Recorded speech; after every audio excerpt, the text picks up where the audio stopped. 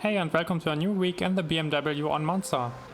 Monza is different than most other tracks. All you need to do for a good lap is to hit 4 braking zones, and that's pretty much it.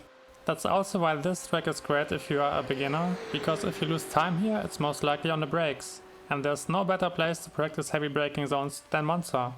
The experience you gather around here is valuable on any other track.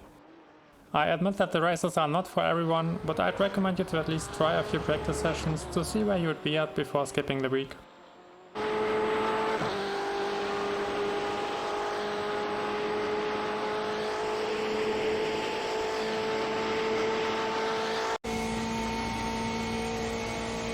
We are approaching turn 1 from the far left.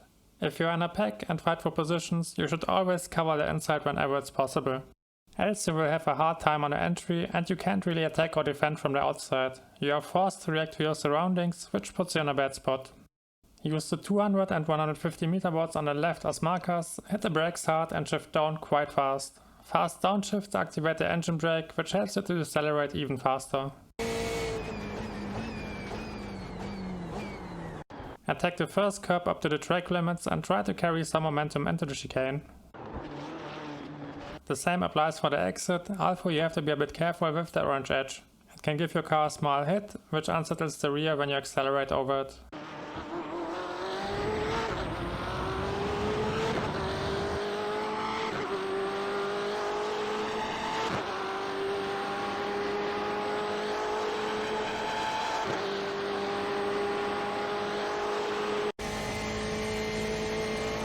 Your next markers are the bridge, the orange barrier and the 100 meter board. Like before, try to downshift fast to make use of the engine brake. Attack the entry curb and the exit curb. As you can see, the BMW has no issues going over the full curb, but that's not something I would recommend you to do in a race. You might get a bad landing, which will mess with your exits, and you can even lose the car. You are fine when you attack the curb with 2 wheels and not all 4.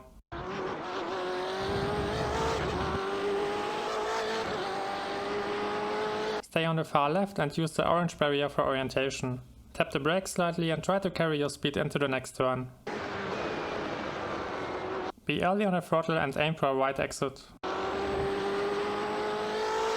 But avoid the incident point on the AstroTurf.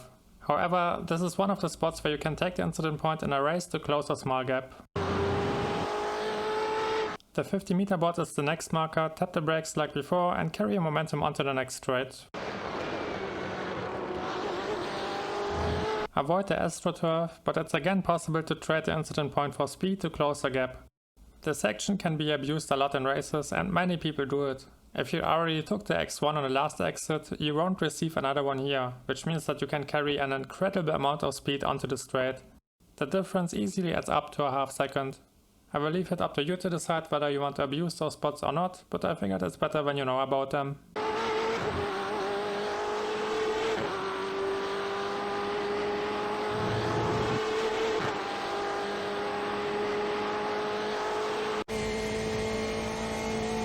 The bridge and the orange barrier are your markers again.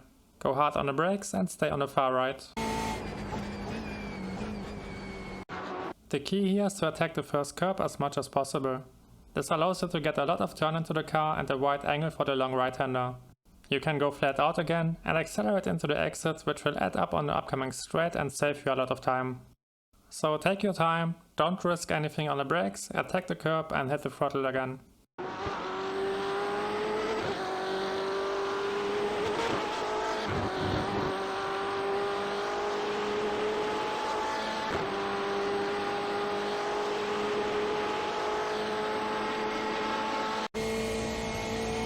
The 100 meter board and the green AstroTurf are the last markers for the lap. Go hard on the brakes first before you transition to trail braking as you approach the apex. The last long straight is coming up. Your aim is to be as early on the throttle as possible again. That way you can build up more speed towards the line and finish a great lap.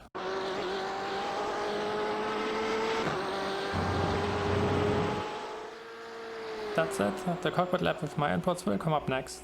If you have any questions, drop them in the comments below or visit the community Discord. You can also find a lot of useful links to all sorts of tools, databases and much more there, so it's worth checking out. I wish you good luck for the next week and see you next time!